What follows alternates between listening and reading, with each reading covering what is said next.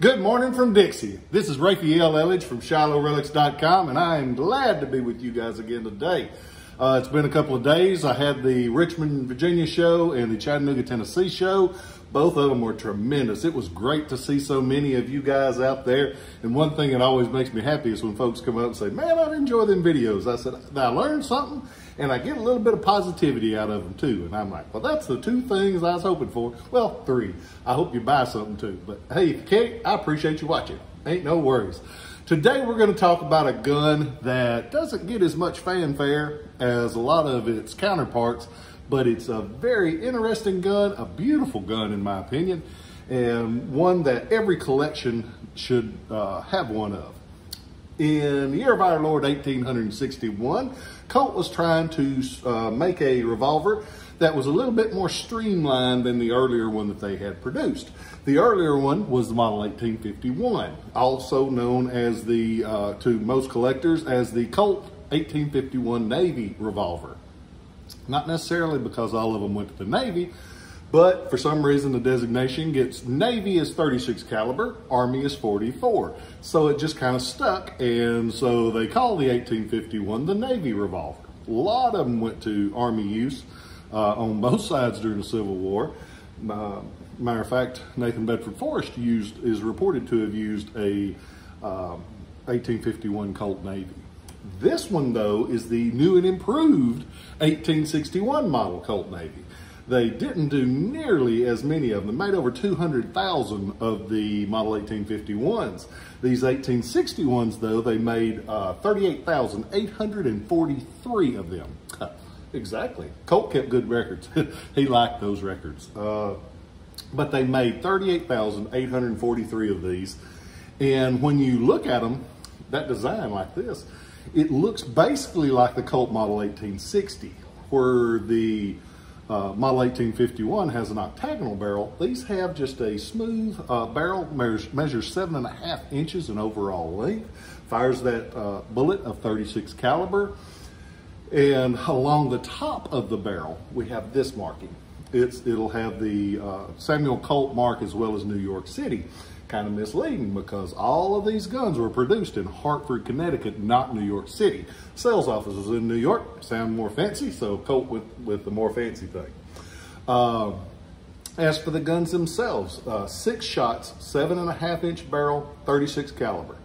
And when you look at it, it looks like that Model 1860 because they did streamline it. They smoothed the barrel on the outside. It looks just more flowing. And they mention in one of Flaterman's books about how it's one of the most attractive designs on handguns during the Civil War, and I agree completely. We have, as far as production, they case hardened the way of finishing it to protect the metal. They case hardened the frame, the hammer, and the lever. And the lever is what packs down the bullet when you're loading it. It's just what pivots there. And we had the barrel will be blued like a standard bluing that you see on a gun.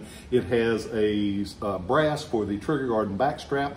Those two would have been silvered, and so most of the time silver's worn off because it was very thin, but this one is a pretty one. It's available as of the time of this video on Relics.com.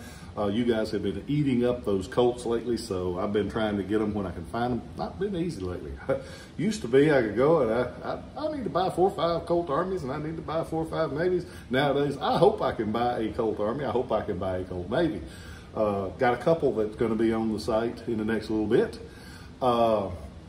As for markings, one thing that is really cool on Colt Navies and Colt, the 51s and the 61s, they both have a naval engagement scene. Looks like this. And when you look at it, it's like, naval engagement scene. And it depicts in the year of our Lord, 1843, on May 16th, there was a battle between the Texas Navy and the Mexican Navy. And the Texas Navy whooped the Mexican Navy. And so they depicted that battle scene on both of the pattern of revolvers, except for the first 100 of these, because the first 100 of these had a fluted cylinder. Very rare. I've never had one. One of these days I will, but they only made 100 of those. Really cool gun. They work well. They would have been, it mentions in Flaterman's again. I refer to Flaterman's a lot. And if you don't have a copy of that book, you need to go get one because it's very handy. But it talks about in there how if they could have, they would have made a lot more of these if it hadn't been for the factory fire in 1864. And so it's just a neat little gun. And it's one that's easily overlooked because most of the time, if you just glance, you think it's a model 1860 Army. Completely different gun though.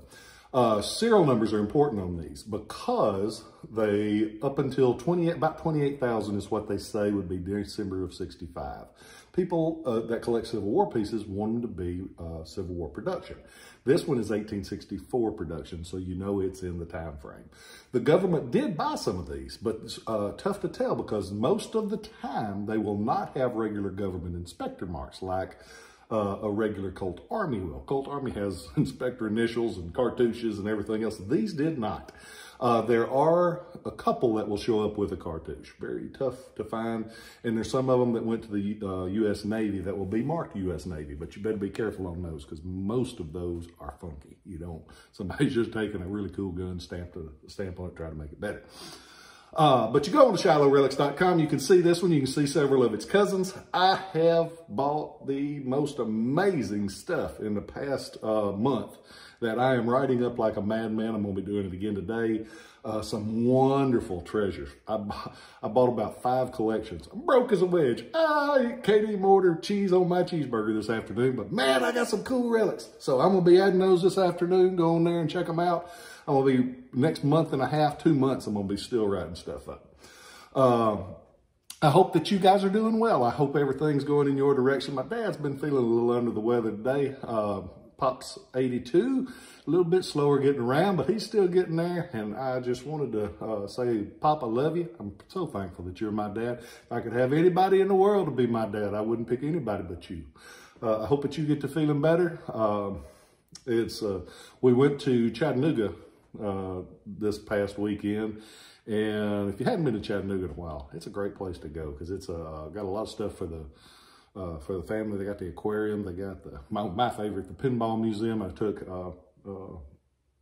my family to the pinball museum. But I watched all those families and I watched the people walking by with the little kids. And it just reminded me that life is very fleeting. Be sure to take a second and look around and enjoy where you're at the moment. I know some days just get into a grind, but think about something positive. Think about something good. Be thankful for what you got. Like my friend in Louisiana says, never had so much and needed so little. And I think a lot of us can say that, we just don't. I hope you guys are well. Thank you for my life. I love my life. I'm so thankful. And I hope you guys have a great day. Check out ShilohRelics.com because there's going to be some great relics on there. I'll catch you next time. Love y'all.